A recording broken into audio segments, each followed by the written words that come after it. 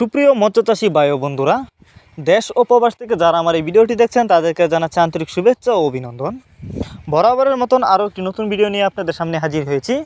আর আজকের ভিডিওতে আপনারা এখন যে মাছের পোনাগুলো দেখতে পাচ্ছেন এগুলো হলো থাই পাঙ্গাস মাছের পোনা।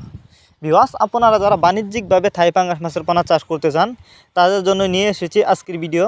আর ভিডিওতে দেখতে পারতেছেন এক সাইজের পোনা, বাছাই করা মাছ এগুলা। তো আপনারা যদি এই মাছগুলো কেউ নিতে চান আমাদের কাছ থেকে সংগ্রহ করে চাষ করতে পারবেন।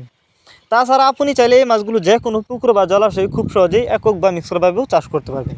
তবে এই মাছগুলো যদি মিক্সরও চাষ করেন তাহলে অবশ্যই অন্য অন্য ক্যাটফিশ জাতীয় মাছের সাথে মিক্সরভাবে চাষ করতে পারবেন।